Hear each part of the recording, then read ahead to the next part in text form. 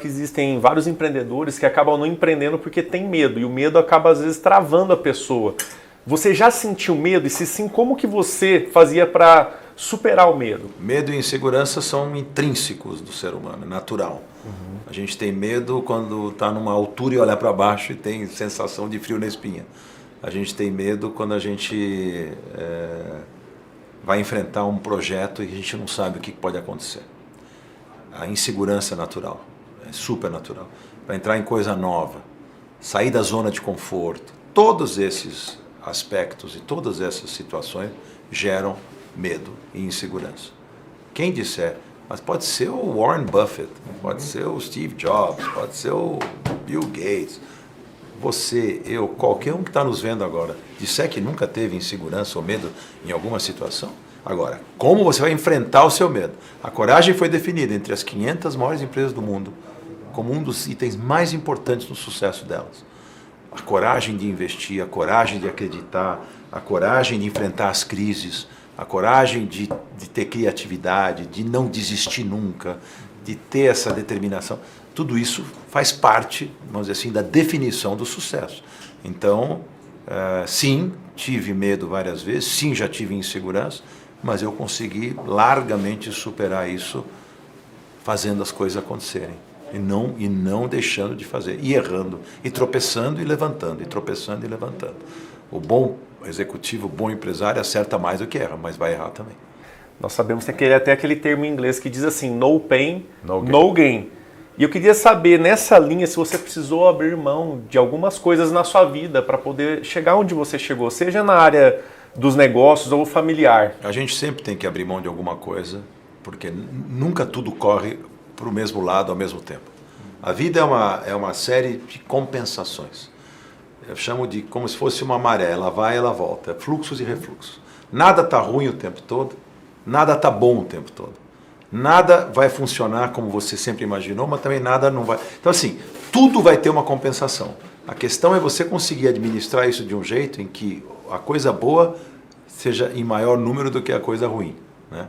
Então é muito difícil. Então tive várias vezes na minha vida em que as coisas não caminharam como eu achava que tinham que caminhar.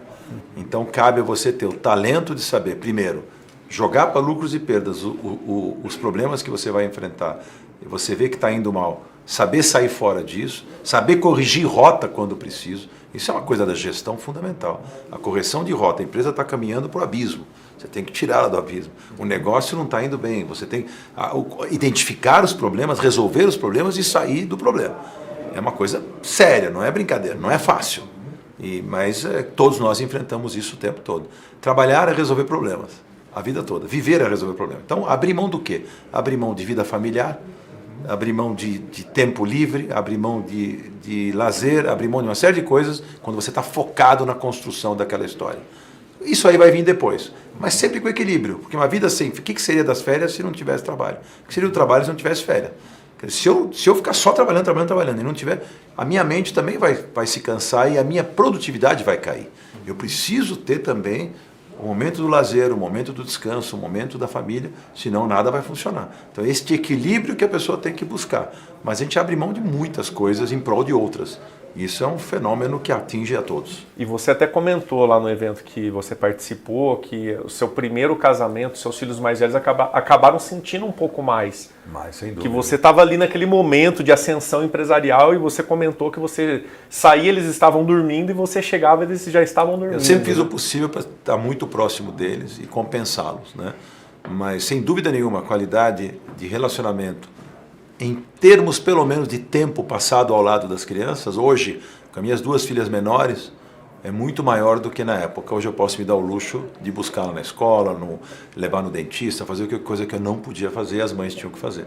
Era totalmente diferente. Hoje, inclusive, as mulheres trabalham muito mais do que na minha época, assim, também, às vezes, então, a divisão de tarefas é muito maior, mas a gente já tem estrutura, então quando não pode ir, você tem estrutura, tem babá, tem coisa que no passado era um pouco diferente, né? Não é que não tinha, mas era um pouco diferente. Então, tudo isso são as compensações que você tenta dar, né, porque meus filhos querem me matar quando eu falar, pai, mas você foi super presente com a gente. Eu sei que eu fui, filho, mas assim, quando eu não fui, vocês nem sabiam, que vocês eram tão pequenininhos, e era a época em que eu realmente estava alucinado com o trabalho. Pra gente finalizar, qual legado você gostaria de deixar quando você não estiver mais aqui? Como que você gostaria que as pessoas contassem a sua história? Eu acho que eu deixo vamos dizer assim, essa definição para as pessoas, né?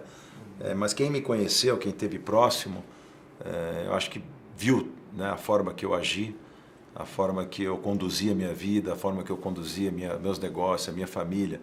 E aí a conclusão tem que ser das pessoas. Acho que seria muito metido da minha parte eu dizer, eu quero ser conhecido como um cara que fez isso, que fez aquilo, que fez aquilo. Eu deixo para eles a definição, mas me considero muito realizado, só que ainda considero que eu posso ainda fazer muita coisa. Eu falo uma coisa muito importante, eu acho que nós empresários brasileiros não somos filântropos como deveríamos, nós não ajudamos tanto quanto deveríamos, né? Tirando um Eli Horn da vida. Agora parece que aquele cara do Nubank também falou a mesma coisa, mas ele é um colombiano.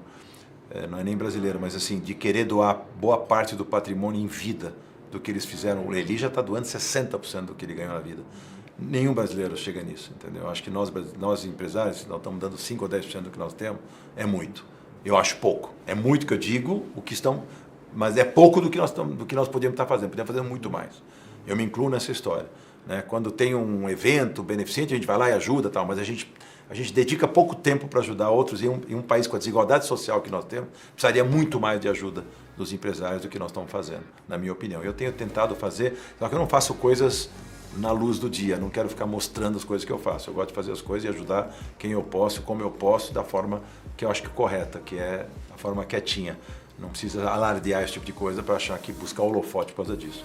Mas então queria ser conhecido por ter feito direito as coisas que eu fiz, construído uma bela família, ter feito bons negócios de forma correta, ética, de uma forma decente, e aí ser admirado, ter um nome limpo, tudo isso é muito importante para quando olharem para trás, meus netos, meus filhos terem um exemplo a ser seguido. Para mim isso já é o suficiente.